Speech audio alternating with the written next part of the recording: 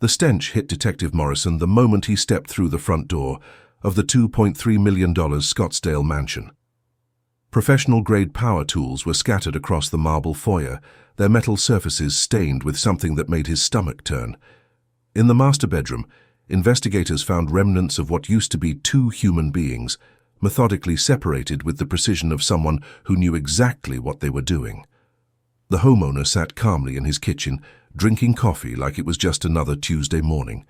His hands were clean, his clothes fresh, but his eyes told a different story. But what drove a successful businessman to methodically dismantle the two people he trusted most in this world? You are about to find out.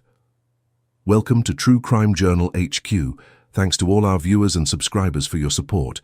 Stay with us for daily update on the most shocking true crime stories. Don't forget to like, share, and subscribe. Victoria Blackwell entered this world in 1993 in the dusty trailer park of Broken Arrow, Oklahoma. Her mother, Linda, juggled 3 jobs just to keep the lights on, while her father vanished before Victoria's 2nd birthday. The rusted single-wide they called home had paper-thin walls that couldn't muffle the sounds of neighbors fighting or Linda crying herself to sleep after another 16-hour workday. Even as a kindergartner, Victoria understood that tears got you attention. A scraped knee meant sympathy from teachers. A sad story about not having lunch money meant other kids would share their snacks. By age 8, she'd mastered the art of manipulation, convincing the local grocery store owner to let her take candy just this once, with promises to pay later. Victoria watched her mother age rapidly under the weight of poverty and learned a crucial lesson. Being beautiful and helpless opened doors that being honest and hardworking simply couldn't. High school transformed Victoria from a scrawny trailer park kid into a stunning young woman. At 15, she entered her first beauty pageant and discovered her true calling. The crown for Miss Teen Tulsa County came with a $5,000 scholarship, but more importantly, it came with attention from wealthy sponsors. Richard Pemberton, a 35-year-old oil executive, became her mentor. He bought her designer dresses for competitions, paid for professional headshots, and took her to country club dinners where she learned which fork to use and how to laugh at boring jokes. Victoria soaked up these lessons like a sponge, studying the wives of wealthy men and noting how they moved, spoke, and most importantly, how they got what they wanted. When Richard's wife discovered their relationship during Victoria's senior year, the scandal rocked their small community. But Victoria had learned something valuable. Rich men's guilt made them generous, and their secrets made them vulnerable. Las Vegas called to Victoria like a beacon. At 19, she landed a job cocktail waitressing at the Bellagio, where $1,000 tips weren't uncommon, and wealthy men from around the world came to play. Her trailer park upbringing became a carefully crafted sob story that made millionaires want to rescue her. Captain William "Bill" Morrison, a retired American Airlines pilot with a pension worth millions, fell for Victoria's damsel-in-distress routine. Their whirlwind Vegas wedding lasted 18 months, long enough for Victoria to study his financial habits, befriend his accountant, and document his assets. When she filed for divorce, citing irreconcilable differences, she walked away with $800,000 and a roadmap for future conquests. Have you ever met someone who seemed too perfect to be true? Victoria had perfected the art of becoming exactly what each man needed her to be. She was a chameleon, adapting her personality to match their desires perfectly. Tucson became Victoria's graduate school in manipulation. Her second husband, construction mogul Antonio Rivera, owned half the commercial real estate developments in southern Arizona. Victoria spent 2 years studying his business, his vulnerabilities, and most importantly, his friendships with other wealthy men. She learned that successful men shared similar weaknesses.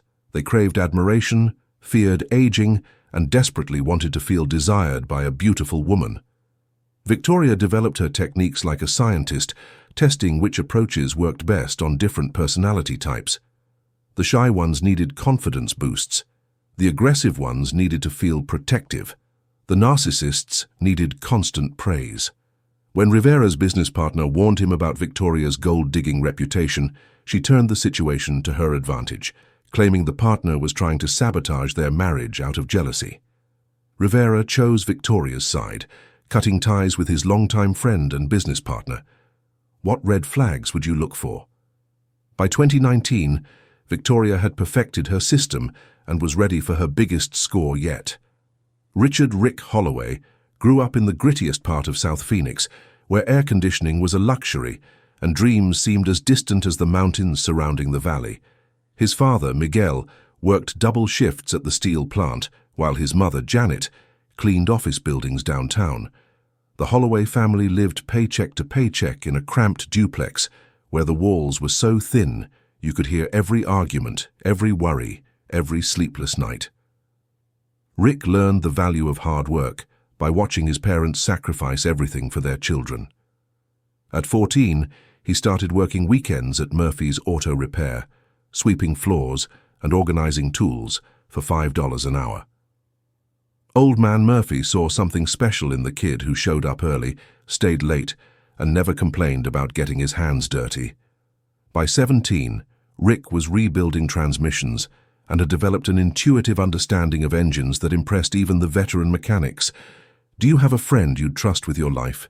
Keep that person in mind as this story unfolds, because Rick met his best friend Danny Kowalski in Murphy's waiting room when they were both 16.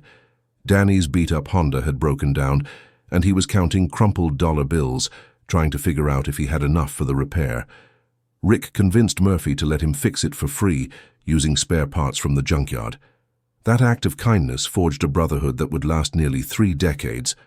After high school, while Danny went to community college for real estate, Rick used a small business loan to buy Murphy's shop when the old man retired. Phoenix was booming in the early 2000s, and Rick's reputation for honest work and fair prices spread quickly. He reinvested every dollar back into the business, opening a second location, then a third. By 2015, Holloway Automotive employed 43 people across 3 state-of-the-art facilities. Rick's first marriage to his high school sweetheart, Angela, crumbled under the pressure of his growing business empire. She accused him of loving his work more than his family, and honestly, she wasn't entirely wrong. Rick threw himself into building something lasting, something that would lift his future children out of the poverty he'd known. But success came at a cost. Angela left him in 2018, taking half of everything he'd built and leaving him emotionally shattered. The divorce devastated Rick in ways that surprised everyone who knew him. This man who could solve any mechanical problem, who had built a multi-million-dollar empire from nothing, couldn't figure out why his marriage had fallen apart. He blamed himself completely, convinced that he'd failed as a husband. The guilt made him desperate to prove he could love someone properly, that he wasn't the cold workaholic Angela claimed he was. Danny never left Rick's side during the darkest months following the divorce. While other friends awkwardly avoided the topic, Danny showed up every weekend with beer and basketball games on TV. He helped Rick move into his new Scottsdale mansion, even hung around to help choose furniture. Danny understood Rick's pain because he'd gone through his own messy divorce years earlier. They were brothers in every way that mattered, bound by shared struggles and unwavering loyalty. The Talking Stick Resort Casino was Rick's attempt at moving forward with his life. Danny had dragged him there on a Saturday night in March 2019, insisting his buddy needed to get back out there. Rick nursed a whiskey at the high-roller blackjack table, not really gambling, just sitting in the noise and lights that helped drown out the loneliness echoing in his too-big house. Victoria appeared like she'd been waiting for exactly this moment. She wasn't supposed to be working that night, but she'd switched shifts with another cocktail waitress after spotting Rick's expensive watch and defeated posture from across the casino floor. Her research had already begun. A quick Google search revealed his business success, his recent divorce, and, most importantly, his net worth. "You look like a man who's had a rough day," she said, sliding a fresh whiskey across the felt table. Her smile was perfectly calibrated, sympathetic but not pitying, interested but not desperate. Rick looked up and felt something shift inside his chest. Here was this stunning woman, maybe 10 years younger, actually seeing him as more than just another lonely divorced guy throwing money at cards. Within 20 minutes, Victoria had extracted Rick's entire story. The failed marriage, the business success he felt guilty about, his fear that he was fundamentally unlovable. She listened with the practiced attention of someone who'd done this before, nodding at all the right moments, asking questions that made Rick feel understood for the first time in months. Their first date was dinner at Mastro's, where Victoria ordered the most expensive items on the menu while spinning stories about her difficult past that made Rick want to protect her. The second date was a weekend trip to Sedona. By their third month together, Rick was talking about marriage, convinced he'd found someone who loved him for who he truly was, not just his money. Danny served as best man at their December wedding at the Phoenician resort. The ceremony cost $150,000, but Rick didn't care. Victoria deserved everything he could give her. During the reception, Danny pulled Rick aside, expressing quiet concerns about how quickly everything was moving. Rick brushed off his best friend's worries, attributing them to Danny's own bitter divorce experience. If you are enjoying this content, like, subscribe, and share it with your loved ones to protect them from the same tragedy happening to them in the future. But Tori's past was about to catch up with her in ways she never imagined. The honeymoon phase lasted exactly 4 months. Victoria's first red flag appeared in April 2020 when Rick discovered a $12,000 charge on their joint credit card for a single shopping trip to Fashion Square. When he questioned it, Victoria became defensive, claiming she needed new clothes to represent his success properly at business events. Rick apologized and raised her monthly allowance to $8,000. By summer, Victoria had established a pattern. Every third weekend, she flew to Las Vegas for what she called girls' trips with her old cocktail waitress friends. She'd return with designer bags worth more than most people's monthly salary, spinning stories about winning big at poker. Rick never saw any casino winnings, but Victoria always had explanations that sounded reasonable enough to quiet his doubts. Danny started spending more time at their Scottsdale mansion, initially at Rick's invitation. After working late at the auto shops, Rick would text Danny to come over for dinner and pool time. Victoria seemed to genuinely enjoy Danny's company, laughing at his jokes and asking about his real estate deals. Rick was thrilled that his wife and best friend got along so well. It felt like the perfect life he'd always dreamed of. But subtle changes in their dynamic bothered Rick more than he wanted to admit. Victoria would touch Danny's arm when she laughed, hold eye contact just a beat too long, wear increasingly revealing bikinis during their pool parties. When Rick mentioned it, Victoria accused him of being jealous and controlling, just like his ex-wife Angela had claimed. The comparison stung, and Rick backed down immediately. Have you ever had that gut feeling something was wrong, but ignored it? Rick was about to learn why we should always trust our instincts. His business accountant, Patricia Gonzalez, pulled him aside in October 2020 with concerning news about their household expenses. Victoria's spending had increased 400% since their wedding, with unexplained cash withdrawals and luxury purchases that didn't match her claimed activities. Rick seriously considered hiring a private investigator that Patricia recommended. He even went as far as scheduling a meeting with the detective, but cancelled at the last minute. The idea of spying on his own wife felt like admitting his marriage was already over, and Rick wasn't ready to face that possibility again. Victoria's behavior became increasingly erratic. She'd disappear for hours without explanation, claim her phone died when Rick tried to reach her, and return home with elaborate stories that never quite added up. She'd started password protecting her phone and laptop, saying she needed privacy for her personal business ventures that she never clearly explained. Danny's visits became more frequent, often showing up when Rick was still at work. Victoria would mention these visits casually, saying Danny had stopped by to use their pool or grab something from their garage. Rick appreciated that his best friend felt comfortable in their home, but something nagged at him about the timing of these visits. Where are you watching from? Drop your location in the comments below. But what Rick would discover next would shatter everything he believed about love and loyalty. The affair began on a scorching July afternoon, when Rick was stuck at his Mesa location dealing with a transmission crisis. Victoria had texted Danny, claiming she needed help moving furniture in the guest bedroom. When Danny arrived, he found Victoria in a silk robe, claiming she'd just gotten out of the shower. What happened next crossed a line that 30 years of friendship should have made impossible. Danny tried to convince himself it was a one-time mistake, driven by loneliness and Victoria's aggressive seduction. His own divorce had left him emotionally vulnerable, and Victoria exploited that weakness with surgical precision. She told him Rick didn't appreciate her, that their marriage was falling apart, that she felt trapped and unloved. Every lie was crafted to make Danny feel like he was rescuing her rather than betraying his best friend. Their secret meetings became a twisted routine. Victoria would study Rick's schedule, identifying windows when he'd be tied up at work for hours. She'd text Danny coded messages. Need help with the pool filter meant Rick would be gone until evening. Grocery shopping alone meant they had 2 hours before Rick came home for lunch. Danny's real estate business gave him the flexibility to disappear during the day without raising suspicions.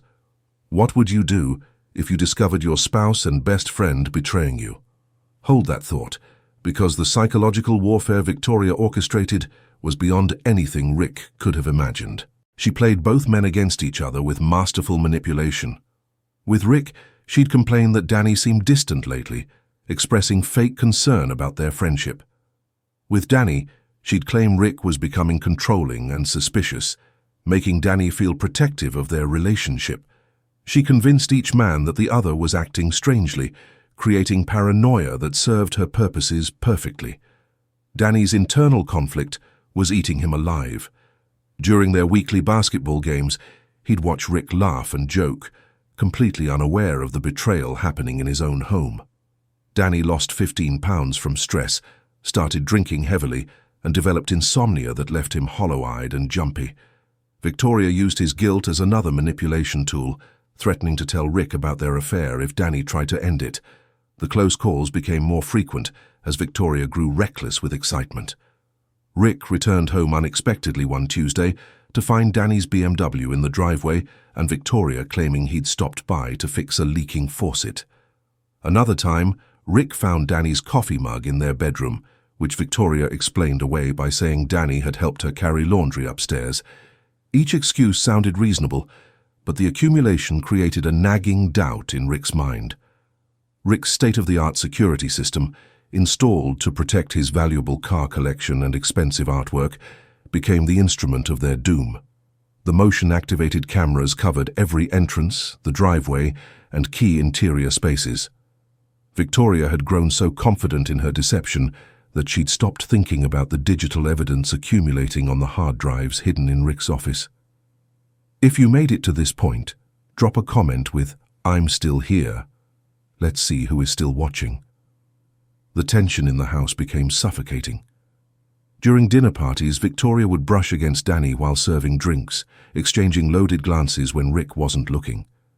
Danny would find excuses to leave early, claiming work emergencies that Victoria would later text him about privately. Rick sensed the electricity between them, but couldn't quite identify what he was seeing. By February 2021, their secret had consumed all 3 of their lives. Victoria was making increasingly bold moves, Danny was drinking himself into a stupor nightly, and Rick was developing stress-related health problems from the constant feeling that something was fundamentally wrong in his perfect life. Rick was about to walk into a scene that would transform him from loving husband into something far more dangerous. Tuesday, March 16th, 2021, started like any other day. Rick left for his Tempe location at 7 a.m. to handle a fleet maintenance contract that should have kept him busy until evening. But when the client cancelled at the last minute, Rick decided to surprise Victoria with lunch at her favorite Italian restaurant. He picked up takeout from Marcelino's and drove home with genuine excitement, thinking about how her face would light up when she saw the gesture. The BMW in his circular driveway stopped Rick cold.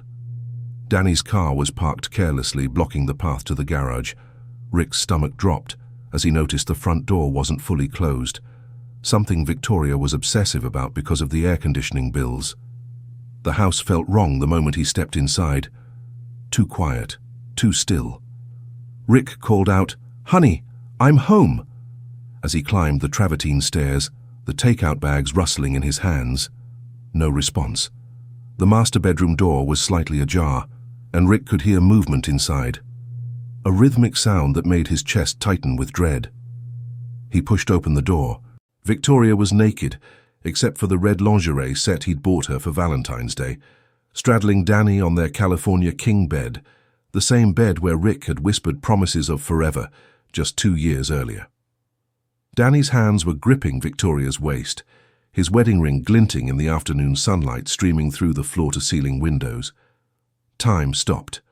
Victoria's eyes met Rick's in the mirror above their dresser. For a split second, nobody moved. The only sound was the air conditioning and Rick's ragged breathing as his brain struggled to process the destruction of everything he'd believed about his life.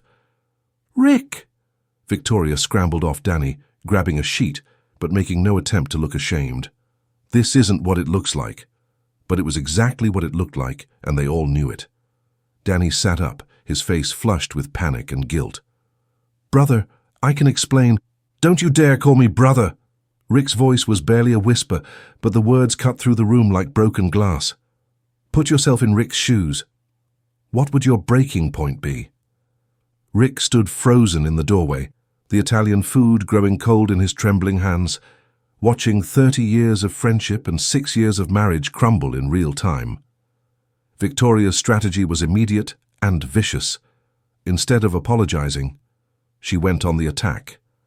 "Maybe if you actually paid attention to me instead of those stupid cars, this wouldn't have happened. You're never here, Rick. You're exactly like your ex-wife said, a cold, selfish workaholic who cares more about money than people." The words hit harder than physical blows. Victoria was using his deepest insecurities, his greatest fears about himself, as weapons in the moment of his ultimate betrayal. Danny tried to stand, reaching for his clothes. "Rick, man, please, let me explain. It just happened. We never meant—" "Get out!" Rick's voice was deadly calm. "Get out of my house. Now." "Rick, please." Danny moved toward the door, but Rick blocked his path. "I said, get out!" The explosion of rage echoed through the mansion. Rick grabbed Danny by the throat, slamming him against the bedroom wall.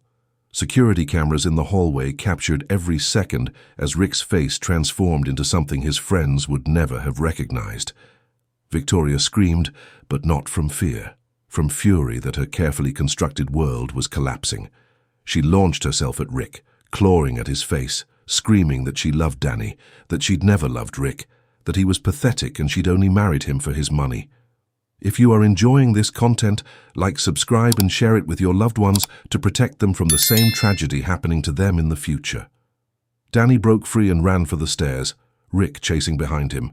In the foyer, Rick tackled his former best friend, and they crashed into the marble table that held Victoria's fresh orchids. The security system recorded everything. The sounds of breaking glass, Victoria's hysterical screaming, and the moment Rick's humanity finally shattered completely. What happened next would take investigators months to piece together. The security footage revealed a 3-hour window of horror that transformed Rick Holloway from a respected businessman into something unrecognizable. At 2:47 p.m., the cameras captured Rick dragging Danny's unconscious body toward the garage. At 2:52 p.m., he returned for Victoria, who was still screaming threats and accusations even as Rick's hands closed around her throat. How well do you really know the people closest to you? This case would prove that anyone is capable of anything under the right circumstances, because what Rick did next demonstrated a level of calculated precision that shocked even veteran homicide detectives. Rick's 30 years of mechanical expertise became the foundation for his methodical revenge. He knew exactly which tools would be most efficient, which techniques would minimize mess, and how to approach the task with the same systematic thinking he'd applied to rebuilding engines. The garage became his workshop, and Victoria and Danny became his final, horrific project. The pneumatic tools Rick used for automotive work proved devastatingly effective for his new purpose. His professional-grade reciprocating saw, normally used for cutting through metal frames, made quick work of bone. The hydraulic jack he used to lift cars became an instrument of dismemberment. Every piece of equipment had been purchased legitimately for his business, but Rick repurposed each tool with the efficiency of someone who understood mechanical systems better than human psychology. Neighbors reported hearing power tools running intermittently between 3 p.m. and 6 p.m., but nobody thought anything unusual about noise coming from Rick's garage. He was always working on classic cars or home improvement projects. Mrs. Patterson next door later told investigators she'd waved at Rick when he'd stepped outside for fresh air around 4:30 p.m. He'd waved back normally, even asked about her rose garden. The cleanup attempt revealed Rick's complete psychological break from reality. He spent another hour trying to sanitize the garage, using industrial degreasers and bleach solutions he kept for cleaning car parts. But human biology proved messier than automotive fluids, and Rick's mechanical mind couldn't solve the problem of DNA evidence embedded in concrete floors and tool surfaces. By 7 p.m., Rick had showered, changed clothes, and was sitting in his kitchen drinking coffee when he called 911. His voice was eerily calm as he reported that his wife and best friend had disappeared after he'd confronted them about their affair. He claimed they'd fled together, leaving their cars behind, and he was worried about their safety. "My wife Victoria and my friend Danny were having an affair," Rick told the dispatcher, in a tone devoid of emotion. "I came home early and caught them. We had words, and they left on foot. That was 5 hours ago, and neither of them is answering their phones. I think something might have happened to them." The story fell apart within hours. Danny's real estate clients had been trying to reach him for appointments he'd missed. Victoria's credit cards hadn't been used. Most damaging of all, Rick had forgotten about his own security system. The same cameras he'd installed to protect his valuable possessions had recorded his transformation from betrayed husband to methodical killer. When Detective Morrison arrived at 8:30 p.m., Rick maintained his story even as crime scene investigators began finding biological evidence in the garage. He insisted that Victoria and Danny had run away together, that they'd probably driven to Mexico in some car he didn't know about. But the blood spatter patterns, the tool residue, and the security footage told a very different story. Rick's arrest came at 11:47 p.m., exactly 9 hours after he'd discovered the affair that destroyed his capacity for human empathy. The case against Rick Holloway became a prosecutor's dream. Detective Morrison and his team spent 3 weeks building an airtight case that would become a textbook example of digital evidence in murder trials. The security system Rick had installed to protect his classic cars became the star witness against him. 23 cameras had captured different angles of the March 16th massacre. The main garage camera showed Rick dragging Danny's body at 2:47 p.m. The kitchen camera recorded Victoria's final moments. The driveway camera captured Rick disposing of evidence in industrial trash bags. Every gruesome detail was preserved in high-definition digital clarity. Rick's confession came during his third interrogation, 72 hours after his arrest. Faced with overwhelming video evidence, he broke down and described the 3-hour killing spree with mechanical precision. He showed no remorse for Victoria, calling her a parasite who destroyed everything good in my life. But Danny's betrayal clearly haunted him more deeply. "Danny was my brother for 30 years, Rick told Detective Morrison. "I would have died for him. Instead, he chose to die for 15 minutes with that witch." The media circus began immediately. Local news stations camped outside the Scottsdale mansion, interviewing neighbors who described Rick as a quiet, hard-working man who kept to himself. National cable networks picked up the story, dubbing it the Betrayal Murders, and analyzing the psychology of friendship, trust, and revenge. Rick's trial began 8 months later in Maricopa County Superior Court. The prosecution presented 47 pieces of evidence, including the security footage that made jurors physically ill. Rick's defense attorney argued temporary insanity, claiming the shock of simultaneous betrayal had triggered a complete psychological break.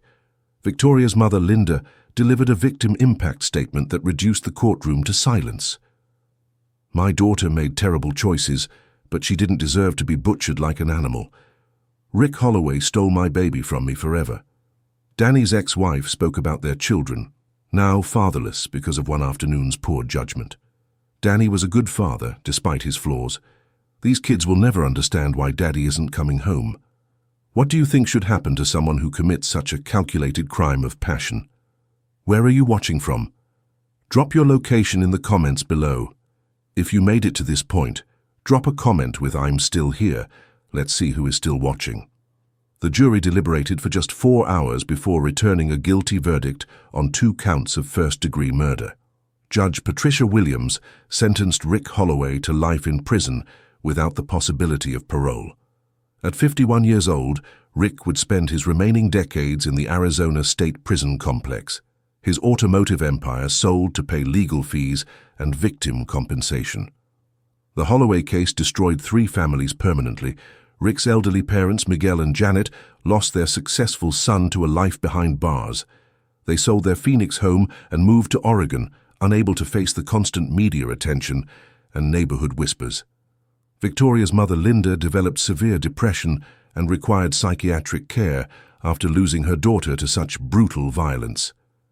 Danny's children suffered the most tragic consequences. His 12-year-old son and 14-year-old daughter not only lost their father, but had to live with the knowledge that he died because of his betrayal. Danny's ex-wife relocated the family to Colorado, changing their last names to escape the notoriety of the betrayal murders. This case offers critical lessons about recognizing dangerous relationship patterns. Victoria's behavior demonstrated classic gold-digger tactics that successful men should watch for. The expensive shopping trips with vague explanations, the mysterious weekend disappearances, the gradual isolation from friends and family members who asked uncomfortable questions. The psychology of betrayal reveals why Rick's reaction was so extreme. When someone experiences simultaneous betrayal by a spouse and best friend, their fundamental understanding of human relationships shatters completely. Trust becomes impossible. The world transforms from a safe place into a battlefield where everyone is potentially an enemy. Rick's story serves as a warning about the dangers of blind trust, even with people we've known for decades. Danny's 30-year friendship with Rick meant nothing when Victoria offered him something he thought he wanted more. The affair wasn't about love. It was about lust, opportunity, and the thrill of forbidden encounters. Financial success makes people targets for manipulation. Victoria studied Rick's vulnerabilities systematically, exploiting his guilt about his first marriage and his desperate need to prove he could love someone properly. She weaponized his greatest fears against him, turning his desire to be a good husband into the foundation of her deception.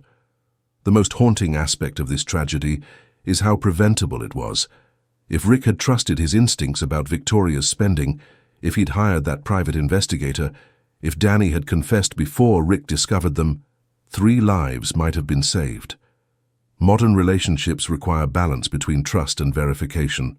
Love doesn't mean ignoring red flags or dismissing gut feelings that something isn't right. Healthy relationships welcome transparency, not secrecy. What red flags will you watch for now? How has this story changed your perspective on trust? What would you have done differently? Let me know in the comments below. If you enjoyed this content, like, subscribe, and share it with your loved ones to protect them from the same tragedy happening to them in the future.